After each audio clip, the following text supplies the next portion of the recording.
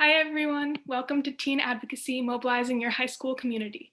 Over the next 40 minutes, we'll hear from some amazing youth leaders who have been at the forefront of change making in their school communities. If you have questions, please put them in the Q&A chat box, and around our halfway point, we'll start answering some of your questions. So I am so thrilled and honored to welcome our panelists. You will all take a minute or so to introduce yourselves and your advocacy work, and then we will jump right into the conversation. Let's start with Celine, then go to Adin, Iesh, and Emma. Hi everyone, so I'm Celine. I am a Franco-American and a high school junior in Spain. And so I founded iConnect, which was a venture that was promoting digital well-being and digital balance. And it was juggling with the idea of how do we not only use tech less, but also when we're using it, how do we use it more mindfully? And so I'm also creating a wellness initiative and part of other teen councils. So hi, my name's Adin and I'm a high school junior from California. So I was chosen as one of two representatives at my school to be in my district's chapter of Diversify Our Narratives, which is a nationwide initiative in the US with the principal goal of making ethnic studies mandatory in California high school curriculum. And you may be thinking mandatory studies sounds a little extreme, but in reality, we're just kind of advocating for more minority perspectives to be included, and for students to have a semester of history class in their last phase of mandatory schooling, high school, to learn about the backgrounds of the current American public, because we should have a representative demographic. So we've been accomplishing this mission by using social media to promote anti-racist narratives, educate people about current injustices, and teach people the importance of having access to accurate, reliable sources for their information. So we've also been working with our local state government to pass AB 331, a bill that mandates that ethnic studies should be mandatory in California. So today I'm just going to be talking a little bit about how I've been using technology for good and using social media to drive social change. And then later on, I'll be sharing some ways that you personally can get involved and influence public policy as well. Hi everyone, my name is Iesh Gujral. I'm currently the president of our Distraction-Free Life Club at Eden Prairie, Minnesota. I'm a junior in high school right now, and I work essentially with the Shreya Dikshit Foundation. They're a nonprofit centered in Eden Prairie, Minnesota, and I'm the director of teen outreach for them. And essentially what we do is we help fight against distracted driving. And we do this by looking at it from a different perspective, reaching out to the youth, the teenagers who are actually at the front lines and the first to really get into crashes related to distracted driving. So we usually use these initiatives like the Distracted Free Life Club and lots of other initiatives that we've been doing to help influence people of our age to take the right action, to really make it somewhat absurd or weird to use your phone in the car instead of passing policies to restrict people from doing it. And overall, this summer, we created an internship where we had 15 students help us advocate for distraction-free driving.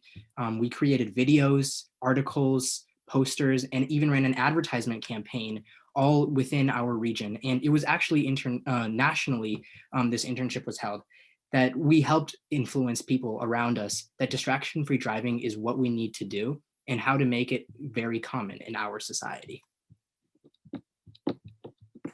Hello, my name is Emma Lembke. I am a senior in high school at the Altamont School in Birmingham, Alabama, and I am the CEO and co-founder of Log Off. Log Off is just a movement that is dedicated to rethinking social media by teens for teens.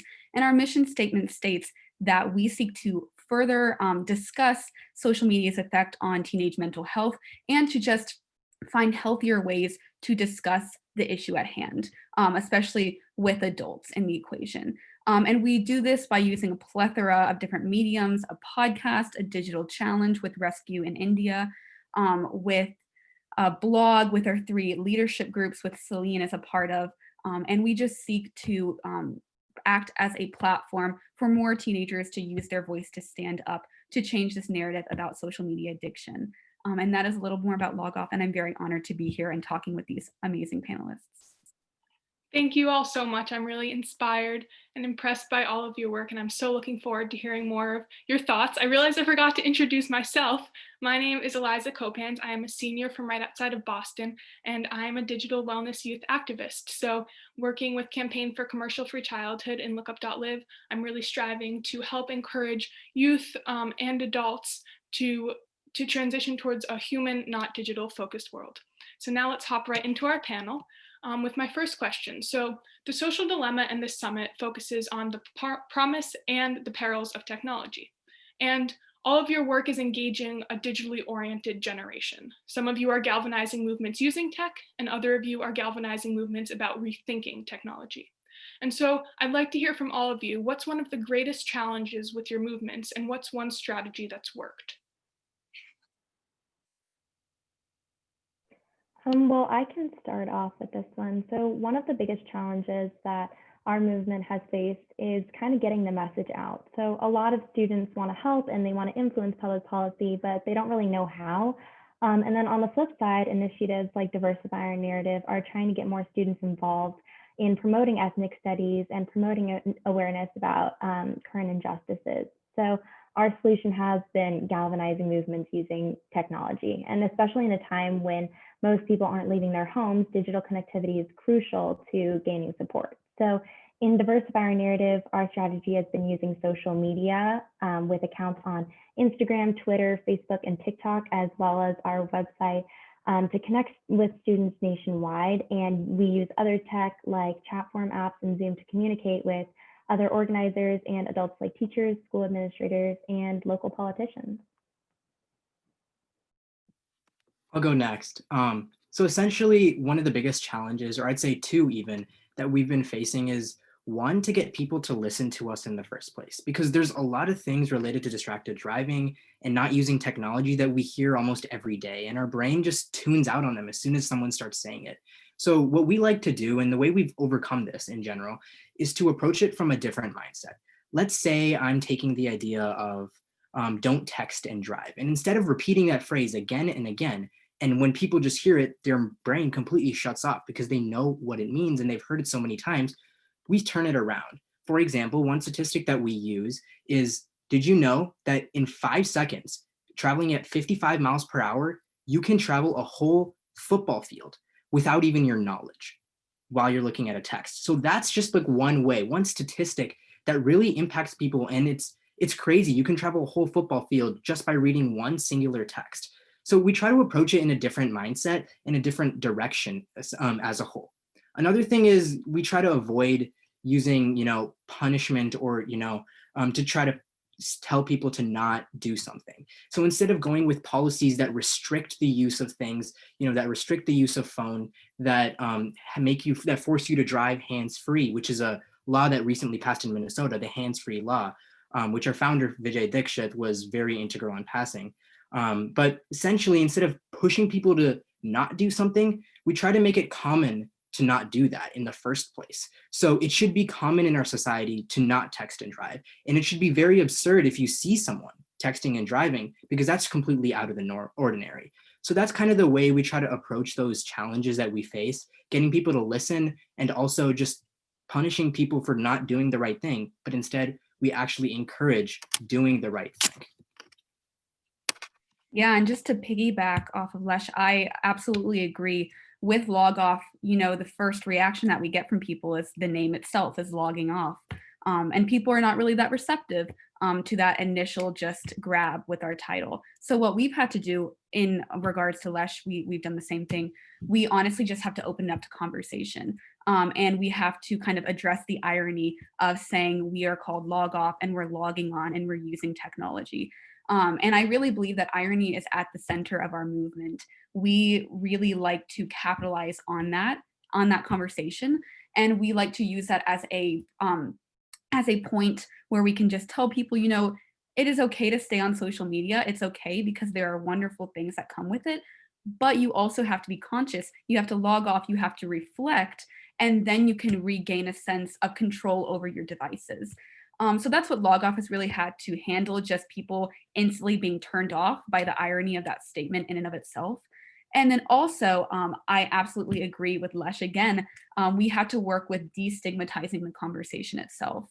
I think that there's been so much harm just talking about social media addiction, because usually in those conversations, you have an adult from a generation who hasn't had to deal with the same things that our generation has dealt with.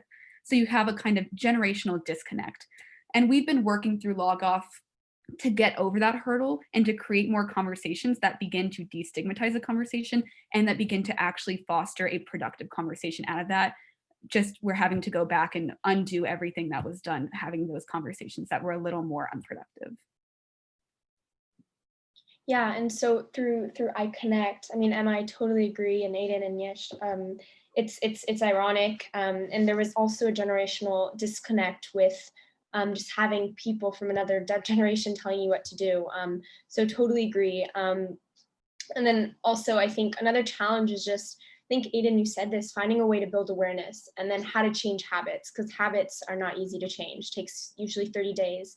And so putting a foundation of what are the steps to build change, build awareness, then have small changes in your routine, and then change your habits. That was really hard, I think, for me. And another thing that was hard, was a challenge, was getting other youth activists who are passionate about this to come together in my school community. That was a little bit hard. And seeing other people who are passionate about this as well. And of course, the irony of, rethinking how do we rephrase this idea of logging off or of disconnecting while using tech. And that's why I think I molded my mission, my whole goal was, how can we use tech now more mindfully when we are using it? Because we're not going to, not use tech. So yeah. Thank you all so much. And Celine, your comment about the difficulty of encouraging your peers to join your movement is a really wonderful segue into my next question about, so Gen Z is really known to be the socially minded generation, and we're committed to social activism.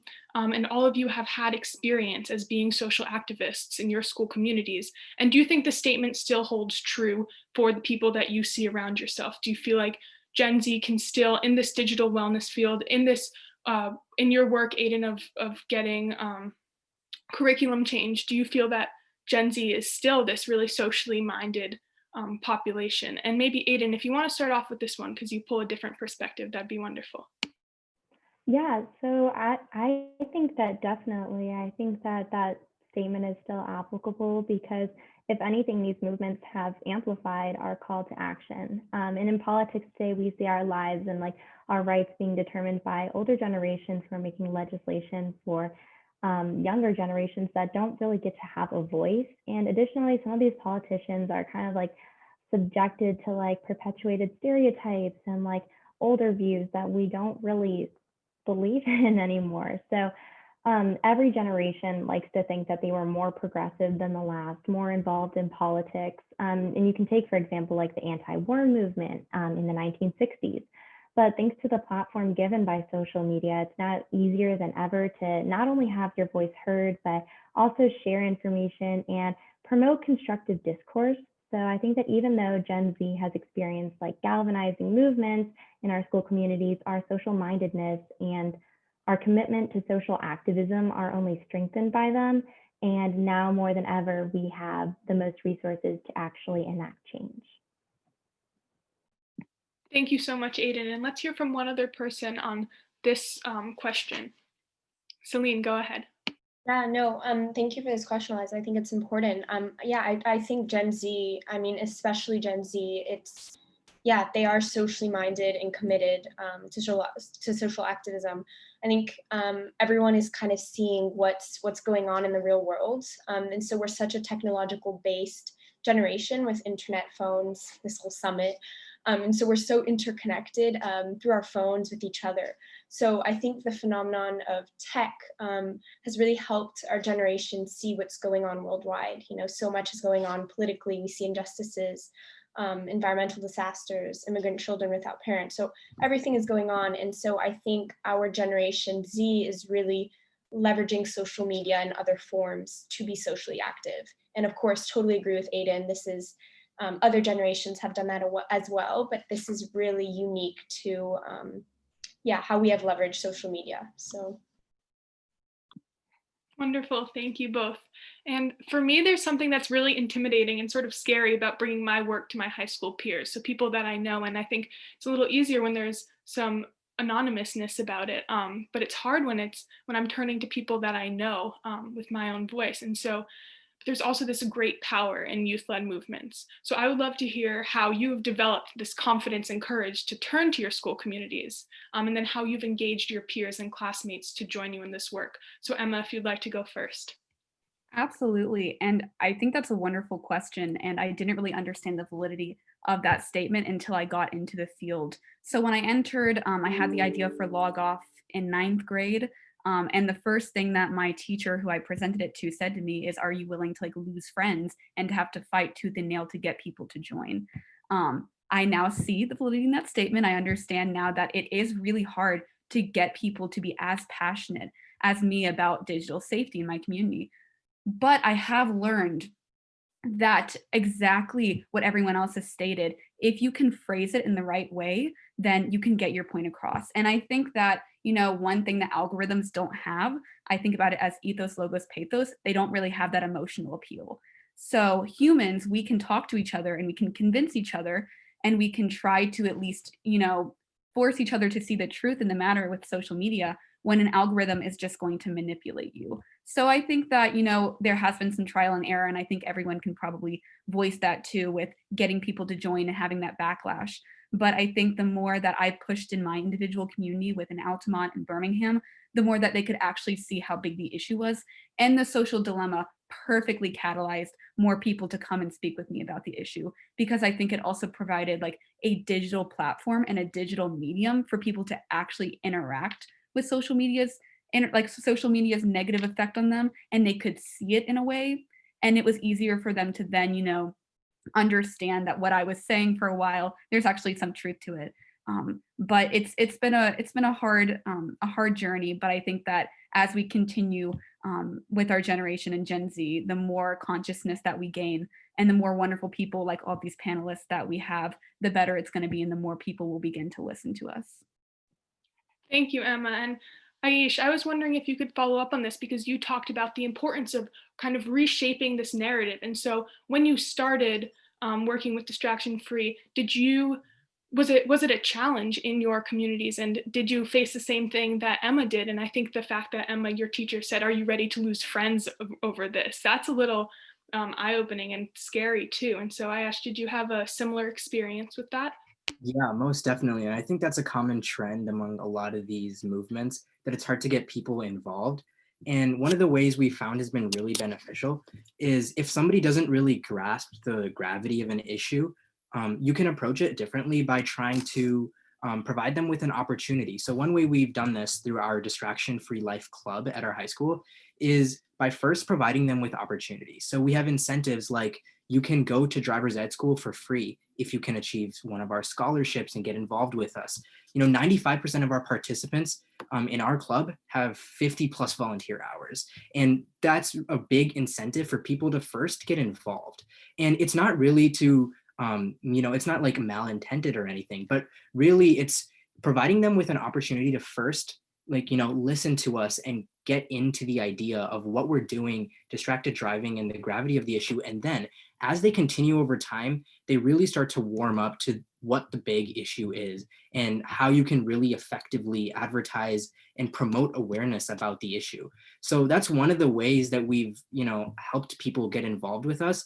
And I think that's really important, especially when it comes to high schoolers who are really looking for some opportunities to get involved with community, some leadership opportunities and stuff like that. So by first incentivizing them and then following up with lots of opportunities, that's exactly how we've done that in the past. Thank you so much, Iesh. And I was wondering, Adin, could you follow up on this too? Because I think our generation, especially in racial equality, is really using our voices, especially recently. But have there been difficulties in working with your peers and trying to inspire them to join on to your work? Definitely.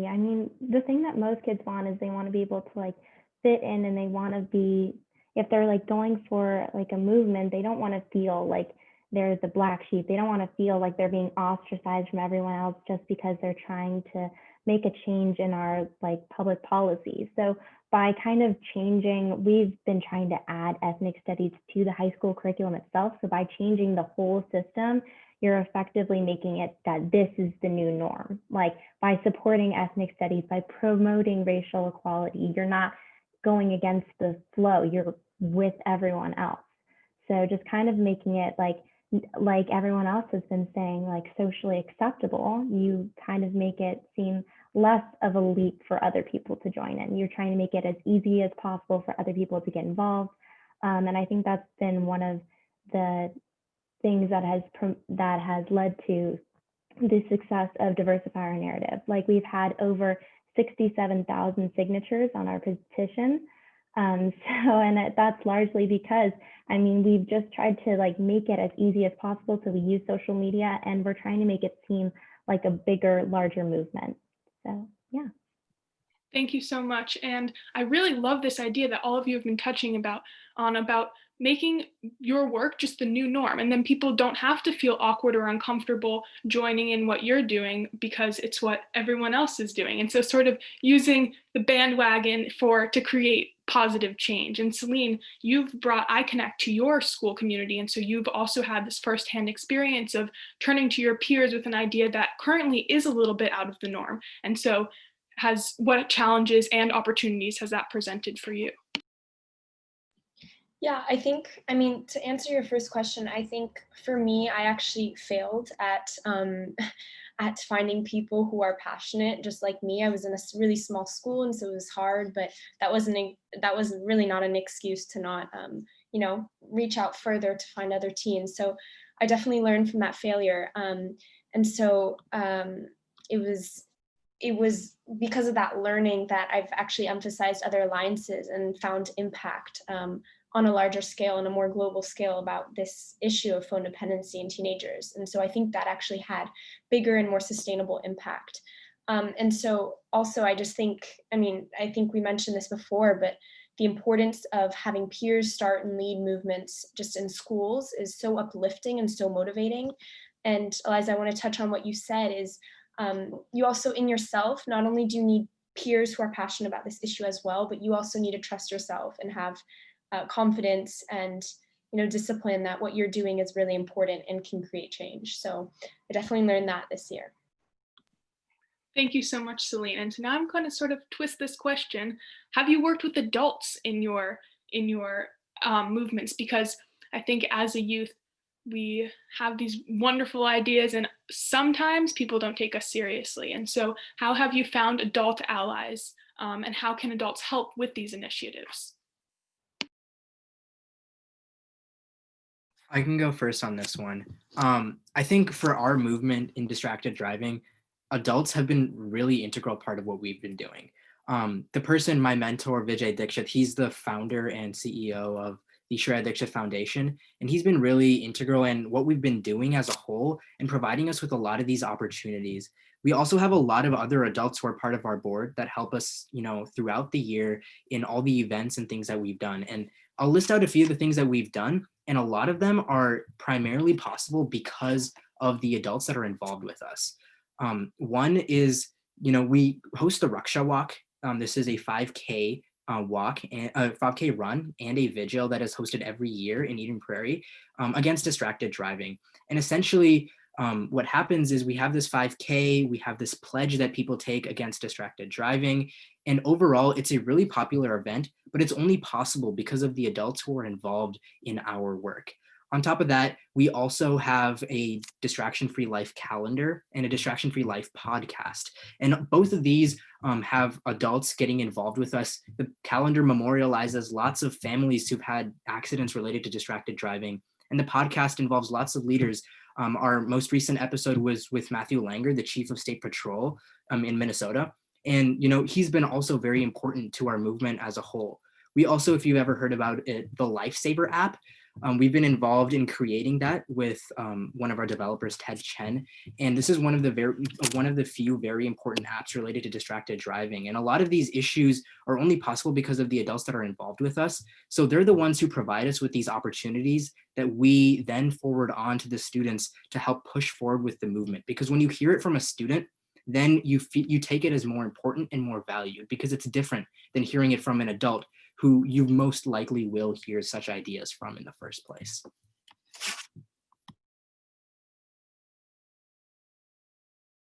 I can go.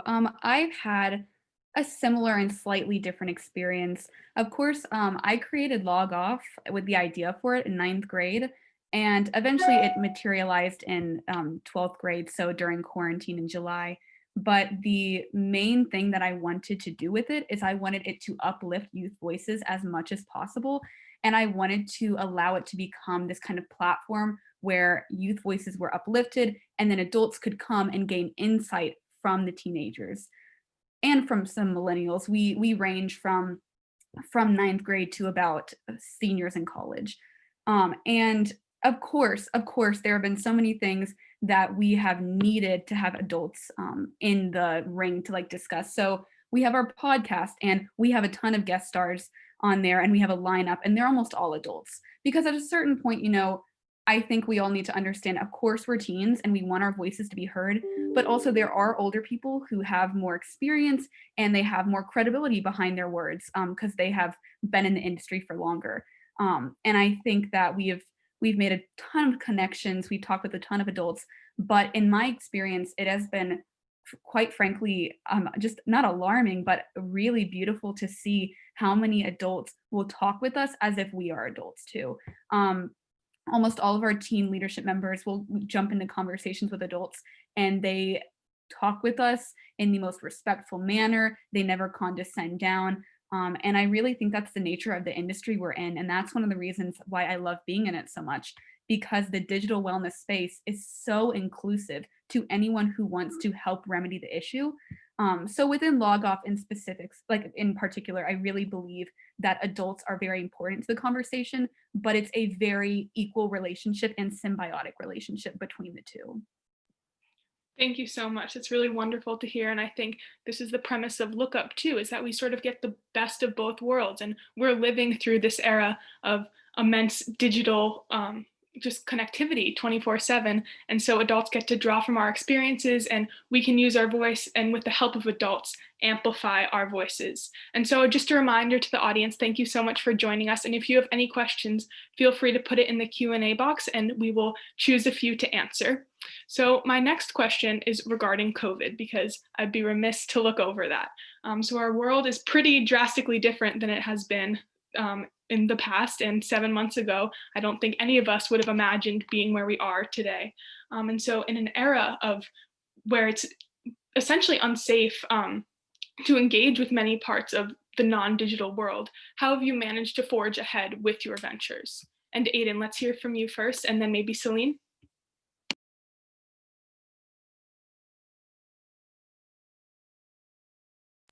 Adin, I think you're still on mute. Okay, let's start with Celine, and then Adin will go after. No problem.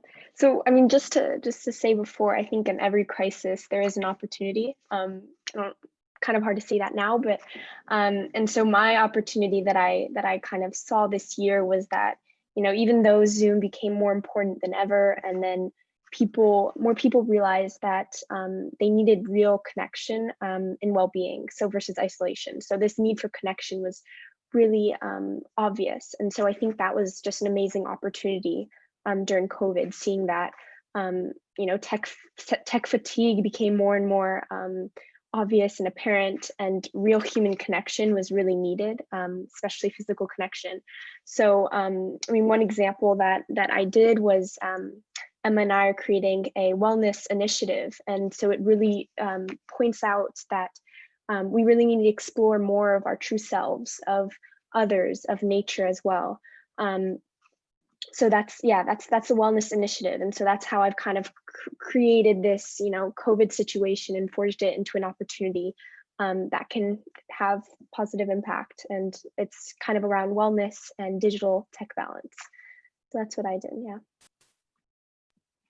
Thank you so much, Celine. And Adin, is your microphone working now? Wonderful. Yeah, so basically just the way that COVID has kind of changed all of our lives. Now you have like a lot more students who are just kind of like in the house. A lot of people's sports and extracurriculars have been canceled. So now you have a lot of people who have had a ton of time to just reflect on what's going on and with really nothing to do. So our movement has just really exploded. And honestly, the reason why I joined Diversify Our Narrative was in June, and because I was like, I don't have anything to do. But then I realized that I have a voice and I have access to these resources. And as someone in leadership positions at my school, I'm a class officer and I'm also in the leadership program.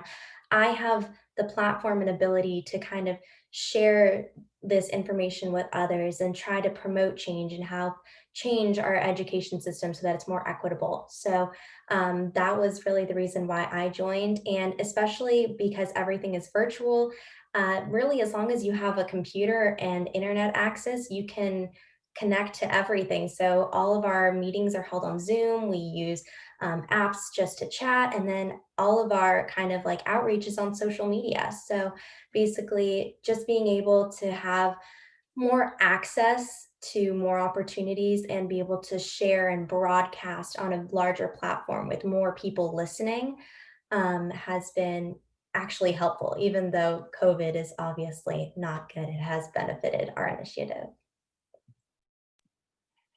Thank you so much, Adin. And Iesh or Emma, do you have anything you would like to add about how COVID has reshaped? And I know, Emma, LogOff came out of COVID. And so how has, I guess this question will be directed to you, and then Iesh, if you would like to follow up with anything, go for it. But Emma, how has COVID presented these opportunities? And you addressed the irony of it. And I think that's something that I get asked about a lot. How can you be promoting digital wellness when you're directing people to all of these websites and all of these things that are on screens? And so how do you explain that to people? And also, how has COVID sort of provided a launching point, not COVID itself, but this time that COVID has allowed? How has that provided a launching point for your initiative?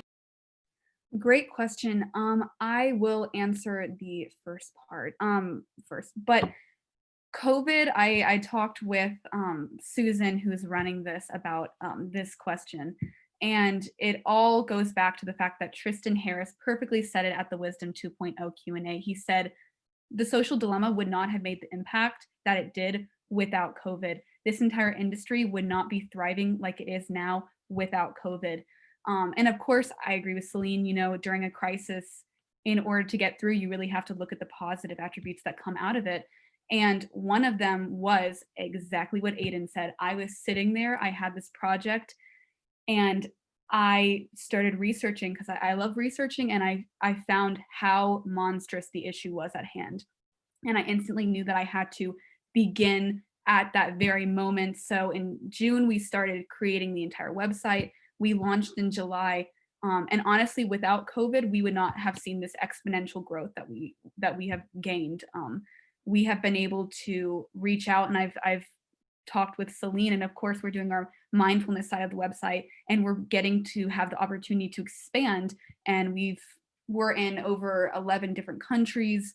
Our entire community continues to grow daily, and it honestly would not have been the same without COVID. And I honestly think in general that none of our organizations would have been the same, and that in the future they will not be the same, because with COVID, exactly what Celine said, it is this time where we have so much fatigue and we are actually being forced to be on our devices, that I think it's a little more apparent of its negative effect on us. And it's also going to emphasize the importance of human connection. So that being said, that is my answer to, the COVID question. And I obviously, I agree with everyone that COVID's not a good thing. It is actually quite terrible, but we're just having to see the good side, the flip side of that coin. But in relation to your question about the irony, that's a conversation that I have almost every single day.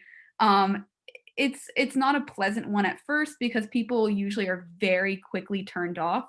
Again, with that term log off, and when I say, hey, go to these apps to get away from these apps. But in the end, once I really engage in a productive conversation with them, and once they'll give me like 5 minutes of their time, I can very quickly unravel the false narrative that's around like using certain apps like the Daily Helloa or Moment, or certain apps like that are used in order to get you off your devices or that are non-addictive social media devices, or with LogOff, we're a website that is used to foster discussion. So it takes a while to have that conversation, but if enough time is granted, I can very quickly, begin to dispel those false ideas about, how it's very ironic and it's very bad to say like, go to this website and use technology to get away from technology. But during COVID also, that is the nature of the situation. We can't go out and see each other. We have to use Zoom and different platforms that are more productive and that are more healthier, like for someone's mental health. And like when juxtaposed with like an Instagram, a Twitter, or a Facebook. Thank you so much, Emma. And I just want to be mindful of our time. We have about 5 minutes left. And so as we're reaching the end of this, what has been a wonderful panel, let's leave the audience with a few more kernels of advice. And Iesh, if you could start, this would be fantastic. And then everyone will follow with an answer to this question. What's one way you think that those watching can bring your ideas to their own schools and communities? Yeah, I think one of the first most obvious ways that we've developed to help people start similar initiatives is we've created a guidebook to start clubs at your high school. And it's a written, PDF, you can print it out, whatever, but it's a very detailed guidebook with instructions, things to do, things to reach out to, lots of suggestions and advice that people can use to start similar clubs at their high school, or even just movements in general in their communities. And we've actually had this implemented in lots of school districts around us. We now have, outside of my high school, Eden Prairie High School, we have up to 4 more other high schools that also have their very own distraction-free life clubs. So that's one of the ways that we really help teenagers or high schoolers spread awareness and take these ideas to their own communities, to their own high schools, to help add on to this. And I just wanted to talk a little bit about, the COVID thing that was coming up. And I feel like for our organization and what we've been doing outside of the school idea, and I know I got a question about that in the Q&A, but outside of what we do in our school, COVID has really, really benefited what we do in general. So we had an internship this summer, and that got a lot of attention, and we produced a lot of material. And I'd be happy to share with any of the viewers this guidebook that I'm talking about and the things that we've produced through the internship. But this was only possible, and it's because of COVID, because people are able to connect very regularly around the country with us every single week. And even with our Raksha Walk, we had people like Amy Klobuchar, we had people from the Minnesota government, we had, the CEO of Federated Insurance, and all these people reach out to us and help us advertise. And it's only possible because of COVID that we're able to spread geographically, not only just stick within our small communities. So yeah, that's my answer to how people can use these our ideas to spread awareness within their own communities. Thank you so much, Iesh. And let's go Celine, Adin, and Emma. And also, as you're speaking, if you have any links that you would like to put in the chat to send to all attendees, that'd be wonderful so they can have access to your amazing work.